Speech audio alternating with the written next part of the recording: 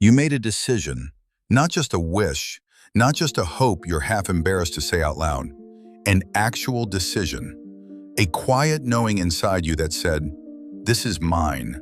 This is who I am. This is what's happening for me. And then, the world came back with a different answer. A rejection. Silence. A door that didn't open the way you expected.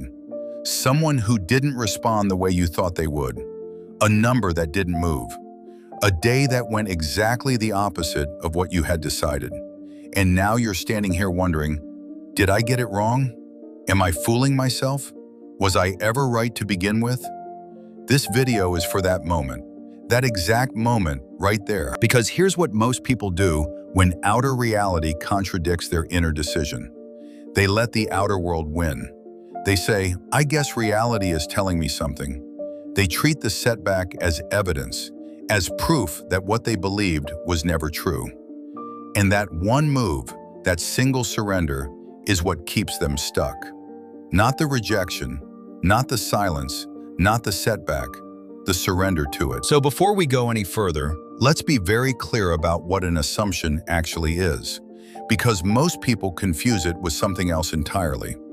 An assumption is not a prediction. It is not a bet you're making about the future.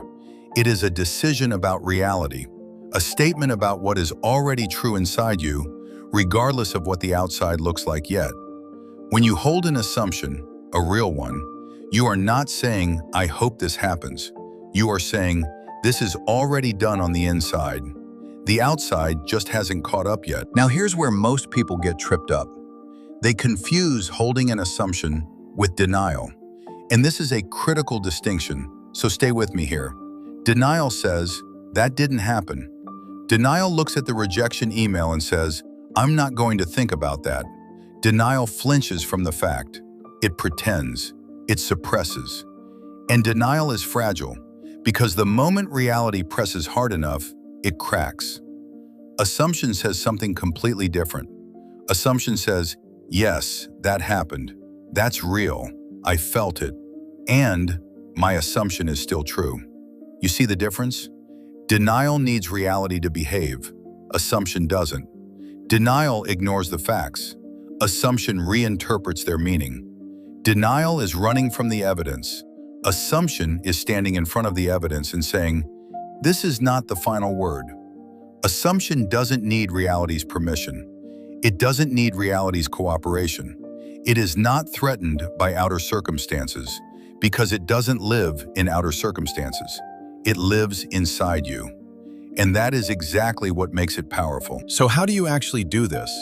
When the rejection lands in your inbox, when the silence stretches on, when the day goes sideways, how do you hold your assumption steady in the real, concrete moment? 3 steps, that's it. Step 1, acknowledge what happened. Actually feel it.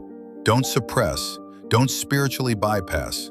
Don't immediately jump to affirmations to cover over the sting. Let it land. Say it out loud if you have to. Yes, I got rejected. Yes, that hurt. Yes, this is not what I wanted to see. Feel it fully, because when you try to skip this step, when you try to muscle past the discomfort without acknowledging it, the discomfort doesn't go away. It just goes underground. And underground, it starts to quietly erode the very assumption you're trying to hold. Acknowledgement is not defeat.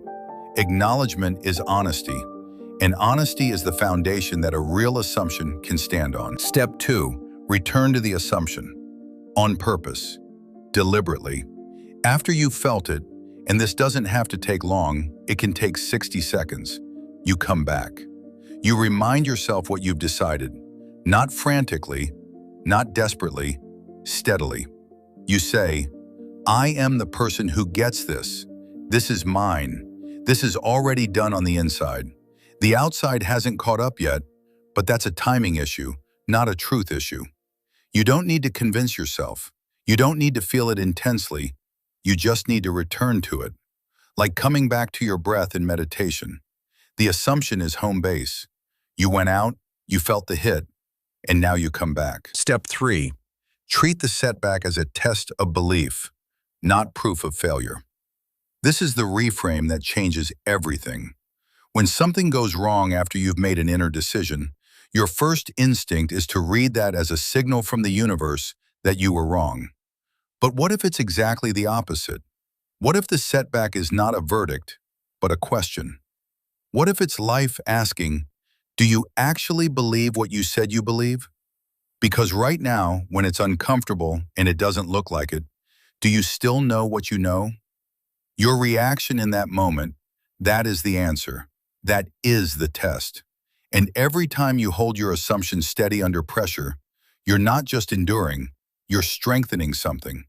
You're showing, to yourself and to whatever forces organize reality, that this decision is not contingent on evidence. It's not contingent on comfort. It is simply true. Here's what I want to leave you with. The assumption doesn't need evidence. The assumption is the evidence. You are not waiting for the outer world to confirm what you already know on the inside. You are deciding something is true, and then, steadily, patiently, without panic, watching the outer world rearrange itself around that inner decision. Reality doesn't lead, reality follows. It follows the state you hold most consistently. It follows the thing you most deeply decide is true. So when it looks bad, and it will sometimes look bad, remember, the looking bad is not the final word. It is the test. It is the pressure that proves whether the assumption is real. Hold it. Hold it anyway. Hold it especially then.